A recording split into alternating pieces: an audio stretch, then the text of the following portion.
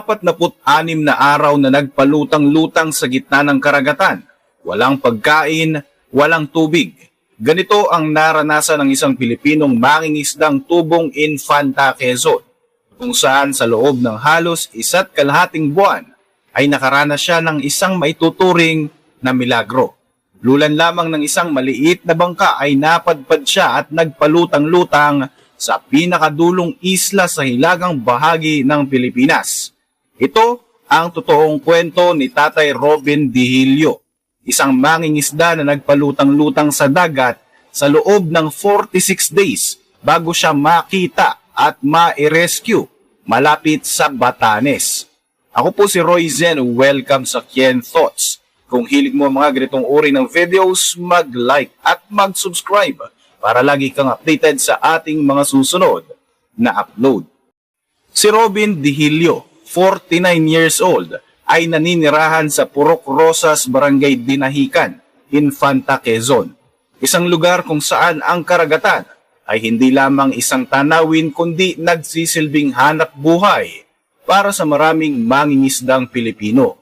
Siya ay isang masipag na mangingisda na walang ibang ninais kundi ang makapag-provide para sa kanyang pamilya. Ilang taon na siyang nangingisda kaya sanay na siya sa karagatan. Pero hindi niya inakala na mangyayari pala sa kanya ang isang bagay na hinding-hindi niya malilimutan.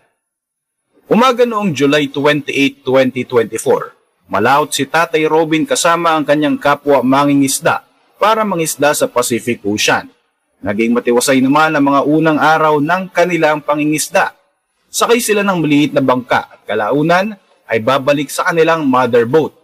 Ito ay mas malaki at mas matatag na bangka na nagsisilbing base para sa mas malalayong pangingisdaan. Kadalasan lumalaot sila sa bahagi ng Pacific Ocean ng 1 hanggang 2 linggo. Pero madaling araw noong August 4, 2024, nang muling pumalaot si Robin Dihilio sakay ng maliit na bangka. Ayon sa kwento ng mangingisda, napahiwalay siya sa kanilang mother boat hanggang sa maubusan na nga siya ng gasolina at hindi na niya nagawang makabalik sa kanyang mga kasamahan. Dito na nagsimula ang mahabang kalbaryo ng lalaki. Ang araw ay nagiging gabi at ang gabi naman ay nagiging parang walang katapusang pag-ikot ng isip sa kung ano ang susunod na mangyayari sa kanya. Itinulak pa ng malalakas na hangin at malalaking alon ang kanyang maliit na bangka sa mas malalim pang bahagi ng karagatang Pasipiko. Sa mga unang araw, nananatili siyang kalmado. Umaasa siyang makikita niya ang kanyang mga kasamahan o kahit pa nang dumara ang mga barko para siya ay ma-rescue. Pero habang lumilipas ang mga araw, ay parang nauubusan na rin siya ng pag-asa. Habang umiikot ang kanyang mundo sa isang maliit na bangka, naramdaman niya ang sarili niyang limitasyon. Nakaranas siya ng matinding gutom at ng uhaw na nasasabayan pa ng matinding sikat ng araw at lamig sa gabi. Sa kabila nito ay mas pinili niyang magpakatatag at lumaban. Ang naging pantawid ng gutom ni Mang Robin ay ang mga maliliit na isda na kanyang nahuhuli. Ang iba naman ay kanyang tinutuyo para makain kalaunan. Swerte namang nakakuha din siya ng isang nyog na palutang-lutang sa dagat na naging pagkain din ng matanda. Sa mga araw naman na umuulan, gamit ang isang maliit na balde ay iniipon niya ang tubig ulan para mayroon naman siyang maiinom. Hindi lamang gutom, uhaw at ang matinding hamon ng panahon ang labang hinarap ni Tatay Robin. Ang pinakamatinding kaaway niya ay ang pagiging mag-isa at ang mental struggle. Ang walang katapusang katahimikan na pwedeng kumain ng lakas ng loob ng isang tao nang hindi mo namamalayan. Sa bawat araw ay nananalangin siya na sana ay may makakita sa kanya. Iniisip niya kung makakabalik pa ba siya sa kanyang pamilya o kung makakasurvive pa ba siya sa sitwasyon na ito.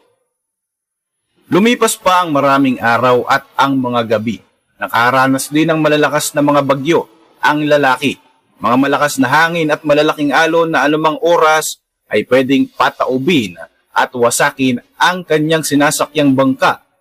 Dahil wala namang maayos na pagkain at inumin, Dito na unti-unting nanghina ang katawan ni Tatay Robin.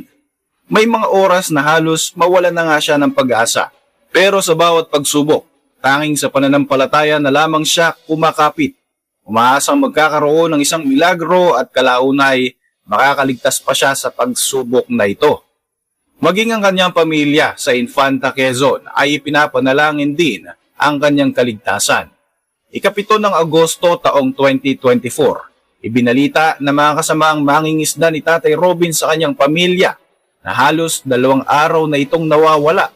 Ayon sa kwento ng may-ari ng mother boat na sinasamahan ng matanda, nagdesisyon di umanong umuwi sa Infanta Quezon ang kapitan ng kanilang bangka dahil sa sama ng panahon. Delikado na ito kahit sa mga malalaking bangkang pangisdaan.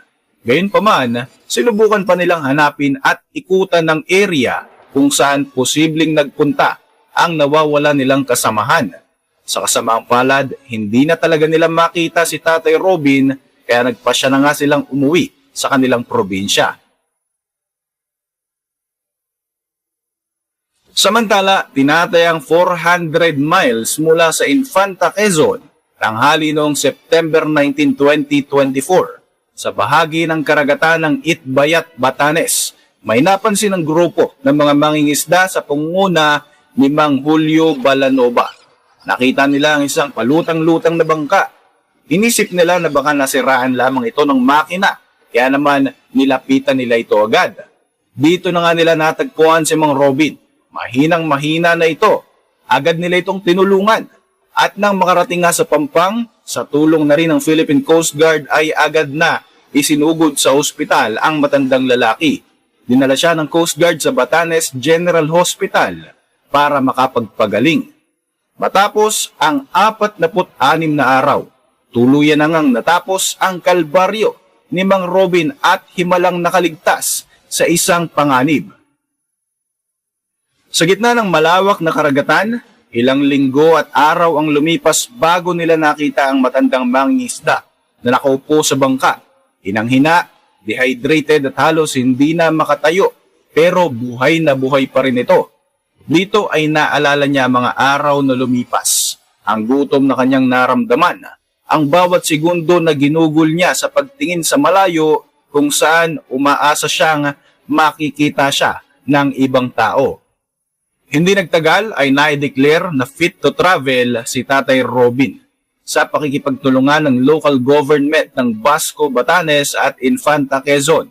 Inilipad ng Philippine Coast Guard pabalik sa Maynila ang matandang mangingisda at pagkatapos ay bumiyahe patungo sa kanyang bayan sa Infanta. Doon nga ay masaya siyang sinalubong ng kanyang pamilya at kapitbahay. Nagpapasalamat sila na sa wakas ay nakauwi pa ng buhay si Mang Robin sa kabila ng 46 na araw na pagpapalutang-lutang nga nito sa kalagitnaan ng Pacific Ocean. Ang kwento ni Tatay Robin ay hindi lamang isang story of survival.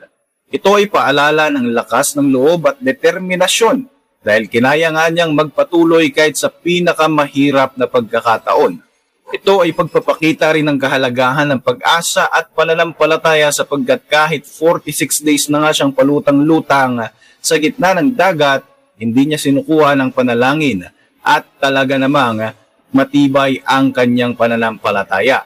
Pagsuporta ng komunidad at ng pagkakaisa ng bawat Pilipino dahil sa pagtulong-tulungan ng Philippine Coast Guard, mga mangingisda ng Batanes, LGU ng Basco, Batanes at ng Infanta Quezon ay matagumpay na nakabalik si Tatay Robin sa kanyang mga mahal sa buhay. Para sa inyong mga reaksyon, mag-iwan lang ng komento sa ibaba ng video na ito. At para manatiling updated sa ating mga susunod na upload, siguruhing mag-subscribe. I-like mo na rin ang ating mga videos bilang suporta. Muli, ako po si Royce at maraming salamat sa patuloy na pagsubaybay sa ating channel.